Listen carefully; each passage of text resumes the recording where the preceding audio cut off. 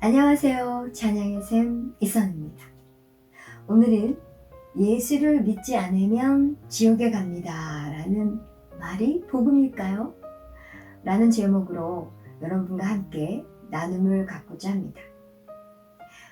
만약 누군가 여러분에게 복음이 무엇입니까? 라고 질문을 한다면 여러분은 어떻게 설명하시겠는지요? 여러분 중에는 이미 복음을 알고 있고 믿고 있고 또 이 복음을 누리고 있는 분들이 많이 계실 것입니다. 그런가 하면 교회는 다니지만 복음이 뭐지? 왜 복음이라고 하지? 또 복음을 믿을 때 어떤 변화가 일어나지? 이렇게 복음을 잘 알지 못하는 분들도 간혹 계실 텐데요.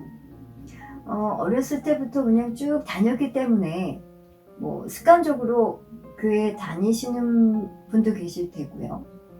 또 어떤 종교를 갖고자 그렇게 종교 생활하는 것으로 만족하시는 분도 계실 것이고, 또 문화생활 아니면 어떤 취미생활처럼 다니시는 분도 계실 수 있겠죠. 그리고 이런 분들이 행여 많이 계시지 않길 바라는 마음이지만, 왜 예배를 드리지 않으면 하나님께 벌을 받는 것은 아닐까? 어떤 하나님께 벌 받을까 두려운, 그런 막연한 두려움 때문에 다니는 분도 계실 수 있을 텐데요. 그리고 아주 드물겠지만 하나님은 무섭지 않은데 아내가 무서워서 다니는 분도 계실 수 있을 것 같아요.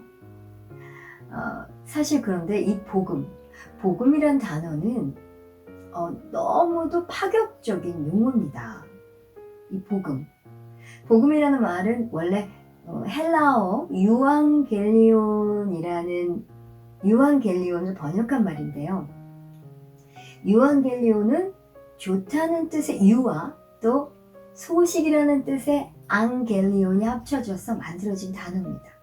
어떻게 보면 이 한자어로 복음, 복복자의 소리 음자로 이 복된 소리니까 헬라어인 이 유앙겔리온이란 단어와 일치하다고 할 수 있지 않을까 싶어요. 그리고 영어로는 gospel이라고 하는데, 이것도 역시 좋다는 뜻의 good과 또 소식이라는 뜻의 spell이 합쳐져서 만들어진 단어죠. 그런데 gospel이란 단어가 고어가 돼버렸기 때문에 요즘엔 good news 이 단어를 많이 사용하죠. good news, 말 그대로 좋은 소식이란 뜻이잖아요. 사실 복음, 이 단어의 의미는 그저 좋은 소식 그 이상이라고 할 수 있습니다. 너무 좋아서 믿기 어려운 소식, 즉 희소식을 의미하죠. 예수님께서 오시기 전까지는 너무 좋아서 믿기 어려운 소식, 그런 소식이 별로 없었기 때문에 이 단어는 거의 사용되지 않았을 것입니다.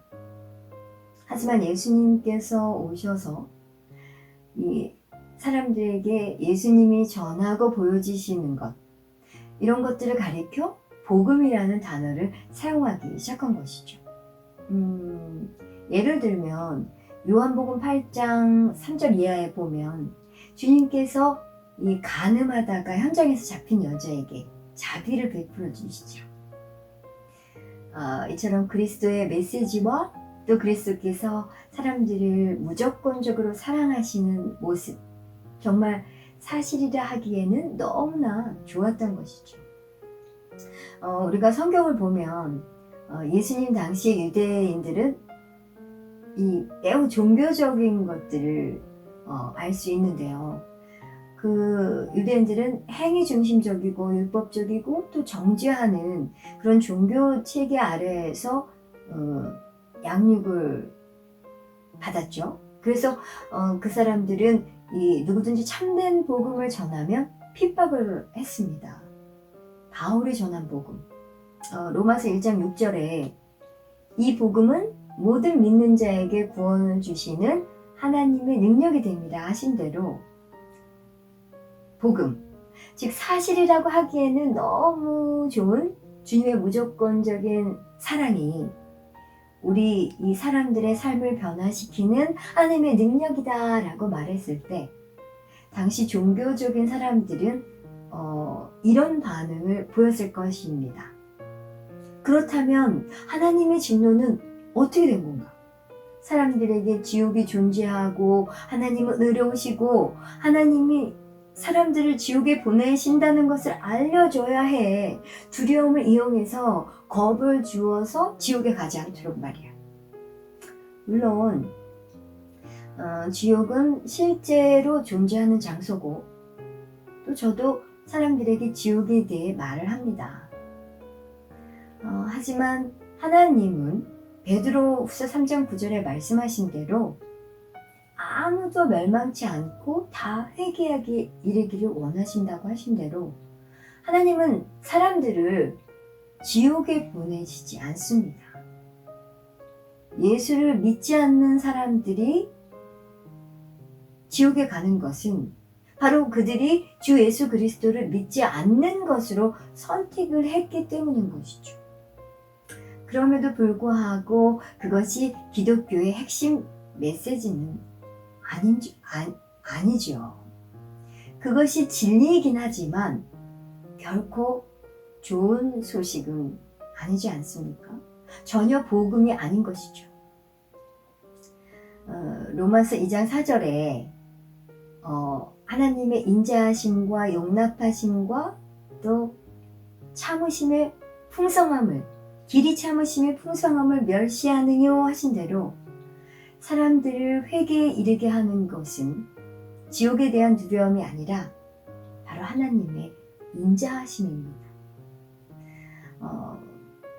그런데 우리 교회들의 메시지, 너무나 오랜 기간 동안 우리 교회의 메시지는 예수를 믿으십시오. 그래야 지옥에 가지 않습니다.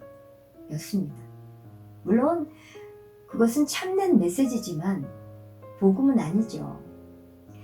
진정으로 하나님의 능력을 풀어놓고 수많은 사람들을 하나님께로 이끄는 좋은 소식, 이것이 바로 복음이죠. 그 소식이란 하나님은 좋으신 분이고 정말 우리를 사랑하신다는 것입니다. 요한복음 19장 30절에 주님께서 십자가에서 다 이루었다 하신 대로 이 예수 그리스도의 속죄로 말미암아 우리의 삶에 필요한 모든 것은 이미 다 공급되어 있습니다. 이제 우리가 할 일은 믿고 받는 것이죠. 이것이 바로 우리가 전해야 하는 메시지입니다. 여러분에게는 어떤 소식이 좋은 소식이십니까? 소소하게는 나 요즘 제일 최신 휴대폰을 가지게 됐어. 오늘 저녁 맛있는 저녁을 먹게 됐어. 우리 남편이 승진했어.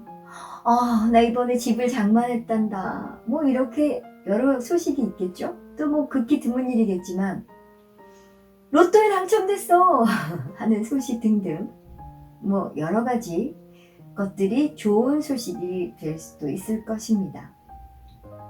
그러나 이렇게 우리가 기쁘고 좋다고 느끼는 것에는 분명히 한계가 있죠. 또 처음에는 분명히 좋은 소식이었는데 시간이 지나니까 별로 좋은 소식이 아닐 수도 있고요. 그리고 나에게는 좋은 소식이지만 상대적으로 다른 사람에게는 또 좋은 소식이 아닐 수도 있죠. 이처럼 상황적이고 일시적인 좋은 소식은 진짜 좋은 소식이 될 수 없는 것이죠. 진짜 좋은 소식은 지속적이고 영구적이어야 하지 않을까요? 하나님께서는 하나님의 은혜로 우리에게 구원을 주시기 위한 모든 일을 다 마무리해 놓으셨습니다. 구원은 하나님께서 그리스도의 구속 사역을 통해 이루어 놓으신 모든 것을 말하죠. 그리스도께서 우리의 죄를 위해 모든 값을 치르신 것과 마찬가지로 모든 것을 위해서도 완전한 값을 치르셨습니다. 치유, 형통, 기쁨, 평안 등등등 하나님께 받는 모든 것이 다 구원이죠. 그리고 우리의 할 일은 단지 믿고 받아들이는 것 뿐입니다. 사랑하는 찬양의 샘 가족 여러분, 앞으로는 예수를 믿으십시오. 그래야 지옥에 가지 않습니다. 하는 메시지 대신에 여러분, 좋은 소식이 있습니다. 하나님께서 이미 다 이루어 놓으셨습니다. 우리의 모든 필요를 채우셨고 우리의 모든 죄를 용서하셨습니다. 믿고 받아 누리세요. 라고 전하면 어떨까요? 진정으로 하나님의 능력을 풀어놓고 수많은 사람들을 하나님께로 이끄는 좋은 소식, 이것이 바로 복음입니다. 너무 좋아서 믿기 어려운 소식, 희소식, 이 좋은 소식을 더욱 전하는 저와 여러분이 되시길 주님의 이름으로 축복합니다.